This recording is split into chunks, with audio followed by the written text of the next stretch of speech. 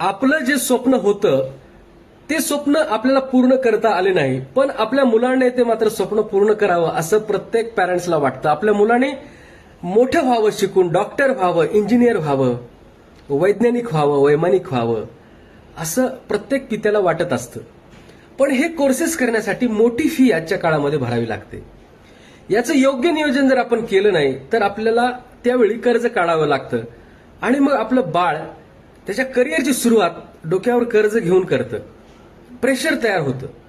आत्तापासून जर तुम्ही तयारी केली तर ते बाळ आनंदाने त्याचं करिअर पूर्ण करेल आणि त्याला कर्ज फेडावं लागणार नाही. कर्जाच्या केसमध्ये आपण गरीब होतो आणि बचतीच्या गुंतवणुकीच्या केसमध्ये आपण श्रीमंत होत असतो, कारण आपल्याला व्याज मिळतं आणि कर्ज काढल्यावर आपल्याला व्याज भरावं लागतं. तुमचं जर स्वप्न असेल की इथून पुढे 13 वर्षांनी तुम्हाला हवेत 30 लाख रुपये, तर तुम्हाला वर्षाला 2 लाख, वर्षाला 2 लाख असे 10 वर्ष 20 लाख रुपये गुंतवायचे आहेत आणि 13 वर्षांनी LIC तुम्हाला 30 लाख रुपये टॅक्स फ्री देईल.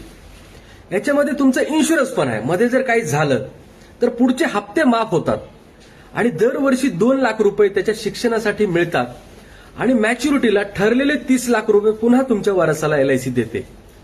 अधिक माहितीसाठी नक्की फोन करा. सबका मंगल हो.